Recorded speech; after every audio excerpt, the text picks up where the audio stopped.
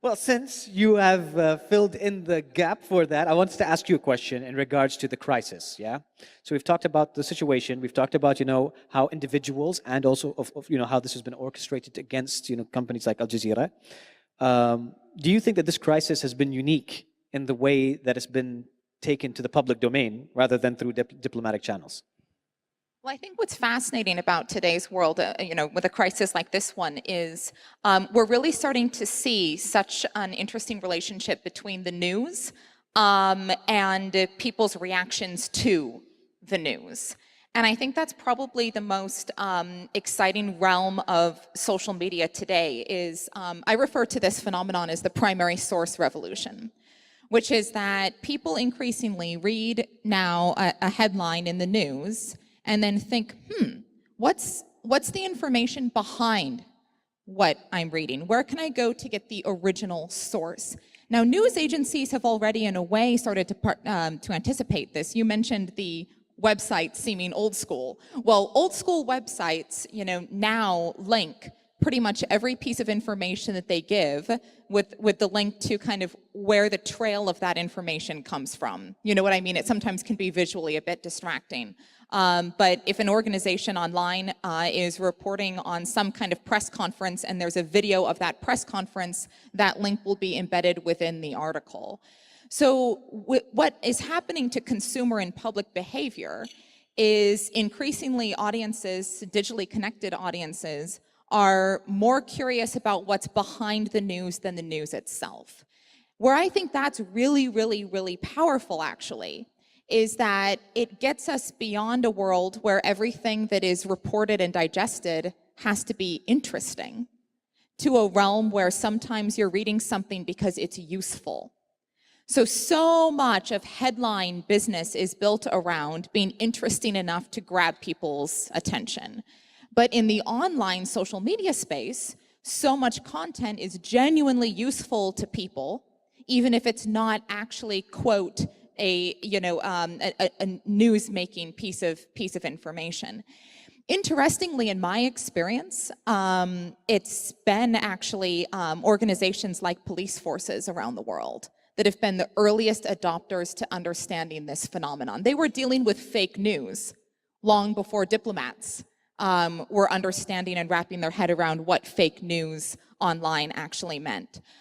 We saw this back in 2011.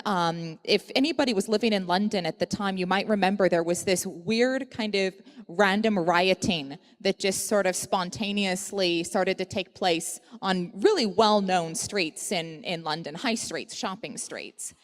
And it caused a huge kerfuffle because it was basically the first time the government was trying to figure out what they did when something like this broke out online, etc. So what happened as a result of that is all of the police organizations across the UK started to realize that they needed to be in the space where rioting, where rumors about rioting were taking place. And Dima very well mentioned it takes a lot of time to build a really good crisis communications plan. Sometimes for authorities, that means explaining what's going on. Sometimes it also means being the first person out the box to say, we actually don't know. We don't yet have an answer. So I think often social media puts us in this world that we think everything has to move super fast. It doesn't. This isn't a speed game. This is a space game. You now have the space to explain to people when it's too soon to tell, when you're not really sure what's going on, when you don't yet have all of the facts. That builds a trustworthy relationship with the people who are waiting to hear from you what the official recommendation from an organization might be, and what's taking place in the meantime. And because this is all taking place online, no editor of an evening news program or of a newspaper is saying, well, we don't have space to cover that.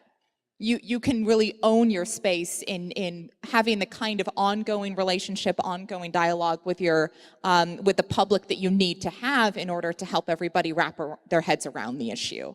And have you seen what's happening to Qatar? Have you seen this happen before? Yes. I mean, obviously each crisis is different, and each reaction is different. But I think one of the most fascinating conversations in the space of crisis comms that I saw was after the Fukushima disaster in Japan. For a while, the Japanese government and the American government were meeting to discuss how big the nuclear zone should be to make the official recommendations to people as to whether they should leave. And the gentleman, the American guy who was running the social media channels at the time, said to me, you know, Elizabeth, the biggest mistake we made is when we didn't have official information because the meeting was taking place and the Japanese and the American authorities didn't agree, so we didn't know how this was going to pan out. The biggest mistake we made is we didn't say anything because we didn't know. In hindsight, that then caused people to think that perhaps, you know, the diplomatic community had just forgotten about them or was just choosing not to share information. He said, in retrospect, what we really needed to do is actually, you know, get out much sooner and say, hey, this meeting is taking place. We're not sure yet what the official recommendation would be, but we'll keep you posted. And then essentially do that every 20 minutes. I think any crisis moment, and you well highlighted this, there's a period where you don't actually know. You know, you're reading something, you're thinking, wait, where the heck is this coming from? What's going on? What's the source of this? Almost the best thing you can do for your public communications effort at that moment is share to people that something fishy seems to be going on and you're not sure what it is, and you'll keep them posted. Okay. Because that immediately gets people knowing that you've got their back. Right. But it might take a while to get to the bottom of a complicated issue.